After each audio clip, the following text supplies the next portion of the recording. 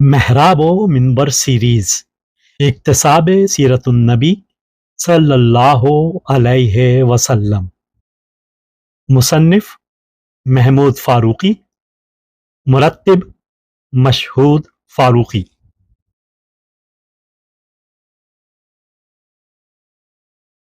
چھٹا حصہ، ایذا و ابتلا بعد از قبول دعوت اسلام۔ 27واں باب، اللہ ہی حق ہے اور وہ سب باطل ہیں جنہیں اللہ کو چھوڑ کر یہ لوگ پکارتے ہیں۔ تحریر محمود فاروقی، آواز و پیشکش مشہود فاروقی۔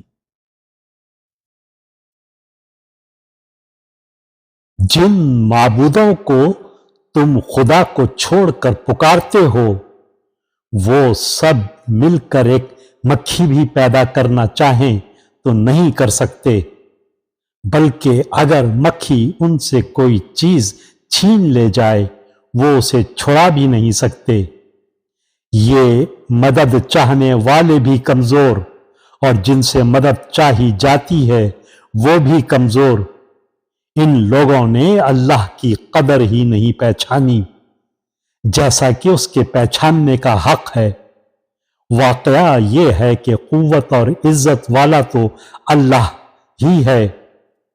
یقیناً اللہ مدافعت کرتا ہے ان لوگوں کی طرف سے جو ایمان لائے ہیں۔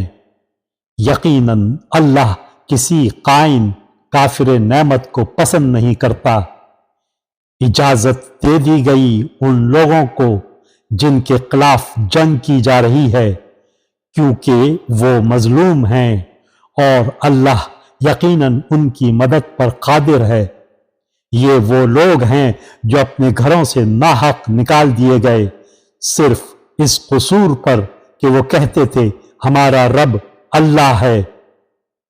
اگر اللہ لوگوں کو ایک دوسرے کے ذریعے دفع نہ کرتا رہے تو خانقاہیں اور گرجا اور معبد اور مسجدیں جن میں اللہ کا کثرت سے نام لیا جاتا ہے سب مسمار کر ڈالی جائیں۔ اللہ ضرور ان لوگوں کی مدد کرے گا جو اس کی مدد کریں گے۔ اللہ بڑا طاقتور اور زبردست ہے۔ یہ وہ لوگ ہیں جنہیں اگر ہم زمین میں اقتدار بخشیں تو وہ نماز قائم کریں گے، زکوٰۃ دیں گے، معروف کا حکم دیں گے اور منکر سے منع کریں گے، اور تمام معاملات کا انجام کار اللہ کے ہاتھ میں ہے۔